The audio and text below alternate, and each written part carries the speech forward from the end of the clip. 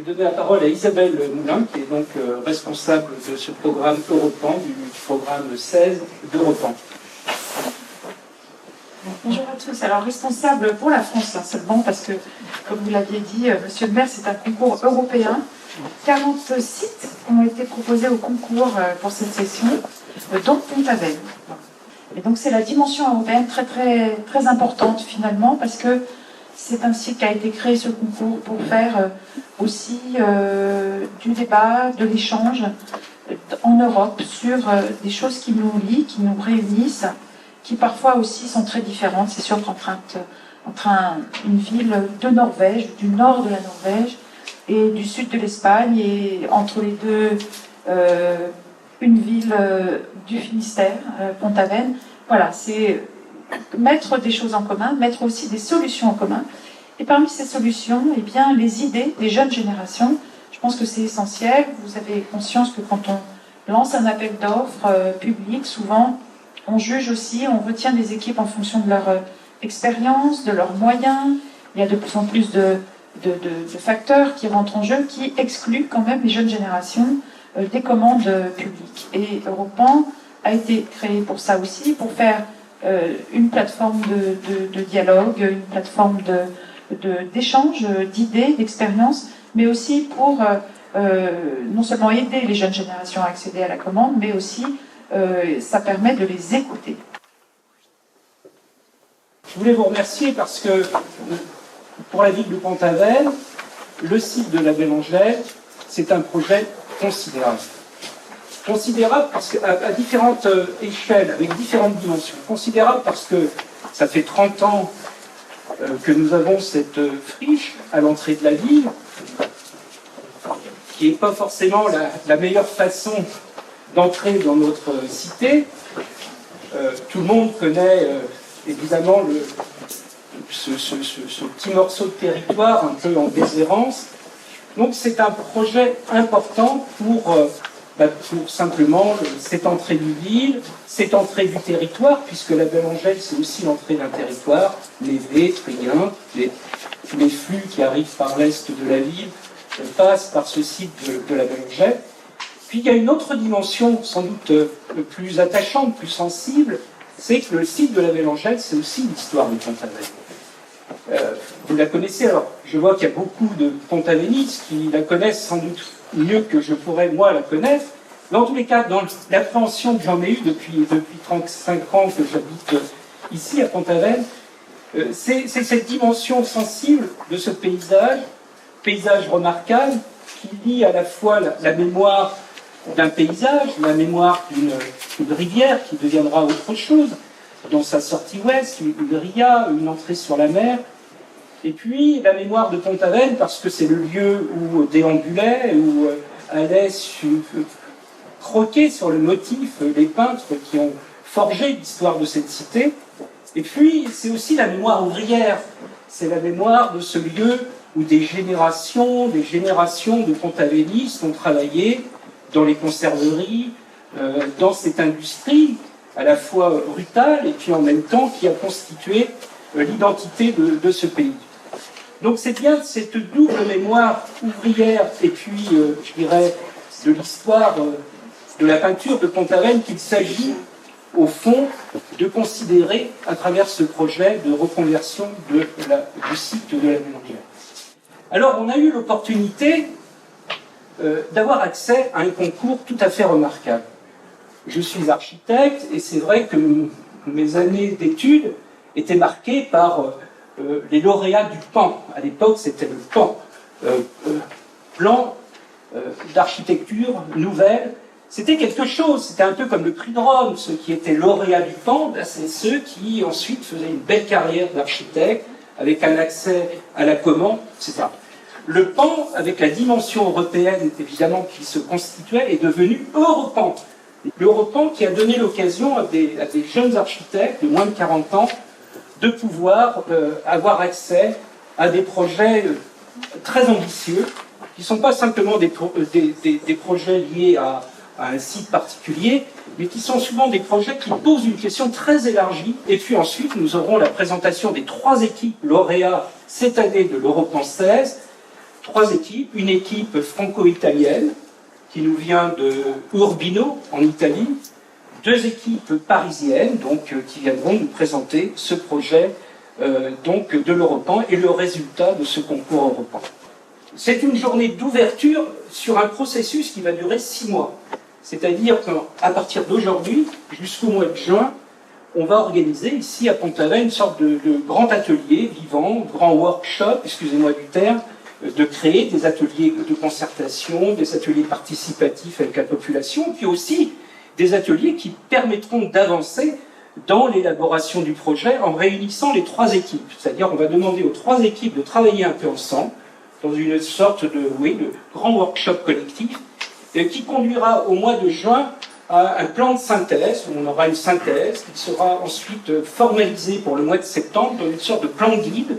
Ce plan guide qui sera remis à l'EPF pour qu'ensuite l'EPF puisse travailler, je dirais, son plan de gestion et sur le déroulement et l'ingénierie du projet qui consiste dans un premier temps à une déconstruction et à une renaturation. Et puis ensuite, dans un deuxième temps, des projets seront proposés aux différentes équipes sur des parties du projet, du logement, etc., des différents programmes qui pourront naître au cours de ce grand workshop. Donc aujourd'hui, c'est vraiment l'introduction de 6 mois d'un travail collectif, 6 mois d'un travail de concertation pour aboutir à ce plan guide qui devrait normalement, l'automne 2022, être remis à l'EPF.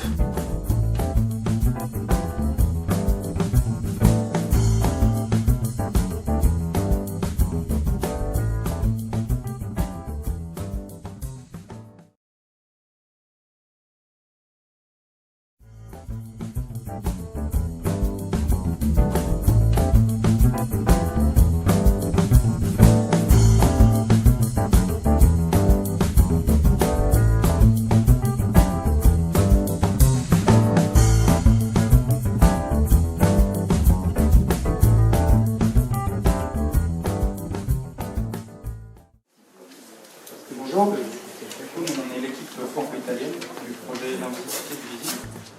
Je vais vous présenter l'équipe, on est 2. Je m'appelle Roman Joly.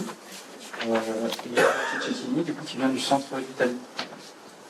On a fondé notre studio d'architecture il y a 2 ans, qui s'appelle Atelier Poème. Et on travaille sur des projets à diverses échelles, que ce soit urbaines, architecturales, et aussi des installations artistiques. Du coup, notre projet parle bien sûr d'une analyse du territoire de manière globale, de la mer jusqu'aux confins de la commune. On y trouve du coup une grande richesse de biodiversité avec cette ria et ce contact à Pont-Aven qui fait vraiment le lien entre la rivière et la ria. Une diversité naturelle, mais aussi culturelle, avec des zones de bâtis du coup protégées, et puis des bâtiments remarquables et des sites aussi paysagers exceptionnels ou remarquables pour nous. En fait, du coup, on a fait une grande analyse avec plein de petits points pour définir ce qu'était la sensibilité ou l'esprit, on va dire, du pays de l'Avenne. Ce qui nous a porté à émettre en fait simplement un fil conducteur qui va passer par 3 éléments, qui sont des éléments intrinsèques du paysage, qui sont l'eau, la pierre et le bois, du coup le bois comme forêt et le bois aussi pour la construction, qui vont être juste un fil conducteur sur tout le projet qu'on va garder en tête de manière constante pour pouvoir créer le projet, qui va se lier à chaque fois à ces 3 éléments, comme vous pouvez voir par la suite. Ce qui nous porte à 3 schémas d'intention très simples, c'est-à-dire on crée une couture urbaine, comment reconnecter l'Avenne, la friche et la route, qu'est-ce qu'on conserve et qu'est-ce qu'on élimine, et comment intégrer la biodiversité dans le site, pour l'avoir la plus riche possible et la plus représentative de Pont-Aven. Pour les démolitions, les conservations, on a identifié du coup des bâtiments qui nous semblent avoir le plus de simplicité, qui ont le plus d'identité et qui ont aussi une simplicité de forme. C'est-à-dire que, par exemple, on voyait que le centre de la friche était très chaotique, alors que les deux ailes étaient beaucoup plus simples au niveau formel. Sur ces différents bâtiments, du coup, on va avoir 4 pôles qui vont régir la nouvelle Belle Angèle. Du coup, un campus créatif qui pourra attirer des jeunes créatifs, des jeunes entrepreneurs pour pouvoir développer, du coup, que ce soit le paysage ou de l'art, de l'artisanat, ou même des petites entreprises industrielles. Un pôle intergénérationnel de santé et sport, quelque chose d'assez simple, comment avoir un rapport au corps et à la nature qui s'harmonise, accompagné de logements, ou ce centre, de logements low-tech, de nouvelle génération, sur lequel je reviendrai ensuite, et un centre aussi d'innovation du terroir pontavéniste qui se base sur la force du territoire pontaven, qui est aussi son terroir, qui est connu dans le monde entier, que ce soit avec l'huître du Belon ou la galette. Sur la zone dédiée au terroir, on va avoir une AMAP, bien sûr, une association de maintien de l'agriculture paysanne, un laboratoire du terroir, c'est-à-dire qu'on l'imaginait comme une zone qui pouvait renforcer renforcer la capacité déjà très forte du pays sur le culinaire. Comment il pouvait dans ce laboratoire essayer de repenser et de trouver des nouvelles manières de manger, de nouvelles manières de combiner des éléments du paysage pour produire de la nouvelle nourriture ou des nouveaux modes de se restaurer. Et ces trois programmes sont liés à une nouvelle ferme aquaponique.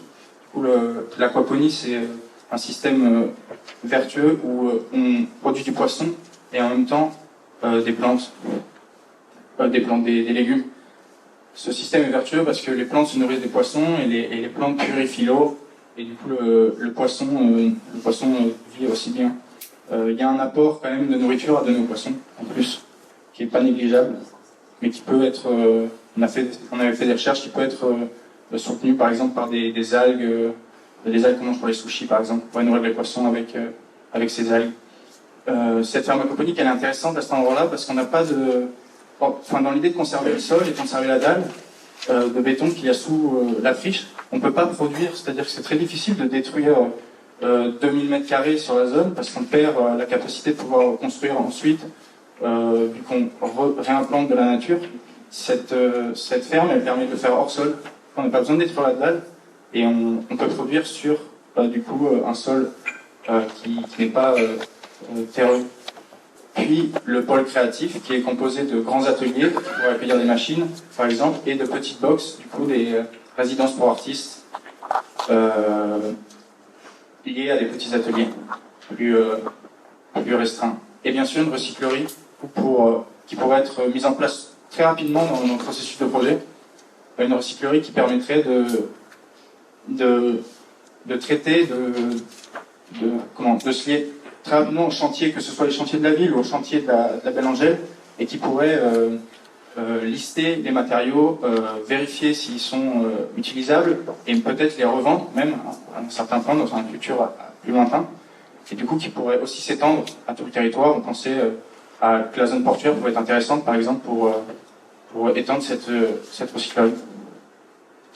Le paysage aussi, sur lequel on a travaillé, ce parking paysager, la réintroduction de la ripisylve. La ripisylve, c'est toutes les plantes qui bordent les cours d'eau, les bassins de phytoépuration, et puis des jardins interstitiels qui vont être ces jardins qui sont des creux dans le bâti, comme on peut le voir là en vert clair. Ces jardins, ils sont en autogestion et on laisserait les plantes s'occuper elles-mêmes de retrouver de s'occuper d'elles-mêmes, de vivre sur un sol qui n'est pas forcément adapté à elles.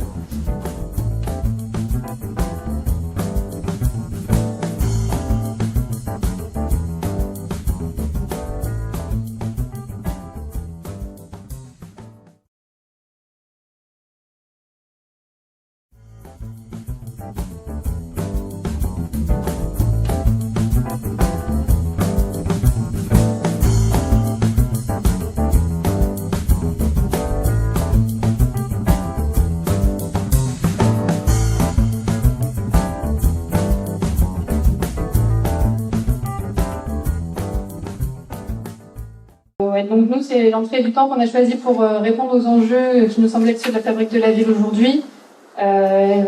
Donc le premier, c'est comment faire un projet urbain comment faire du projet urbain une expérience réellement démocratique pour les habitants.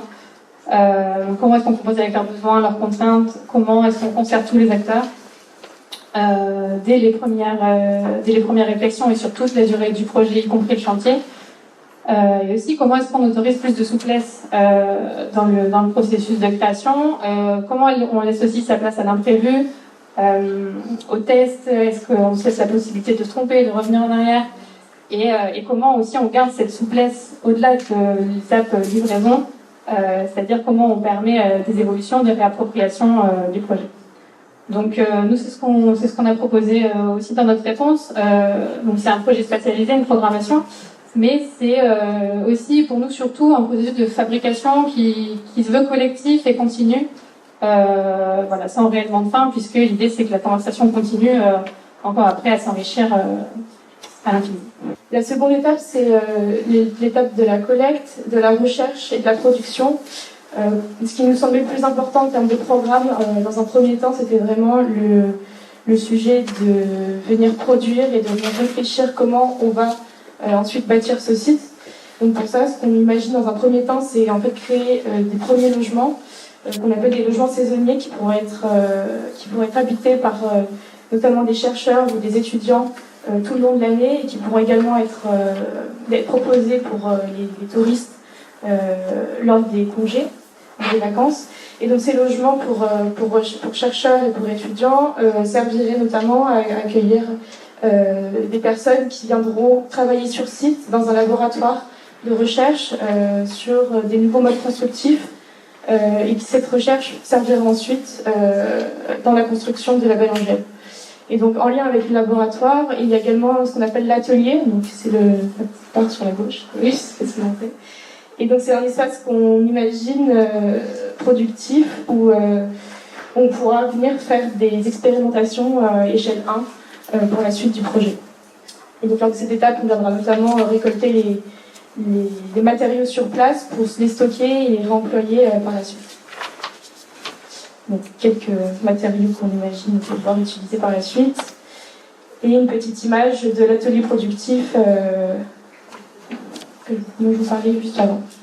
Le temps 3, c'est le temps de l'habiter et de vivre la Belle Angèle. Donc c'est plutôt lors de cette phase-là que les bâtiments et les programmes vont émerger. Et tous ces programmes, on a essayé de les penser sous le prisme de la synchronisation et de la mutation suite aux différents enjeux dont vous parlez Léa et pour toute l'équipe avant. Et donc par exemple, on peut noter ici la mutualisation du stationnement, puisqu'en fait on imagine un nouveau dessin pour la voie de l'entrée de ville et un parking qui serait mutualisé pour tous, entre habitants et touristes et passagers. Et oui, un stationnement semi-enterré. Et sous le prisme donc, de la mutualisation, donc les logements, on imaginerait aussi des espaces mutualisés comme des laveries ou du coworking ou des espaces pour la petite enfance, etc. Voilà. Donc des logements qui seraient bien évidemment ouverts sur le patrimoine végétal qui l'entoure. Et donc le dernier temps, ce serait plutôt fabriquer les possibilités de mutation sur le long terme. Donc l'image qu'on vous montrait avant, c'est un petit peu le projet tel qu'on l'imagine terminé, mais en fait le vrai sujet pour nous, c'est également de pouvoir imaginer le projet après ce stade-là et de proposer en fait des solutions pour permettre à la ville d'évoluer par la suite. Donc pour ça, il y a deux choses principales qu'on a pensées. La première chose, ce sont de préserver des fonciers, en fait, au sein même de ce grand foncier, pour pouvoir construire d'autres programmes dont la ville aurait besoin par la suite, et également de penser des modes constructifs évolutifs qui permettraient de prolonger ou d'étendre en fait, les logements pour accueillir de nouveaux habitants au fil du temps.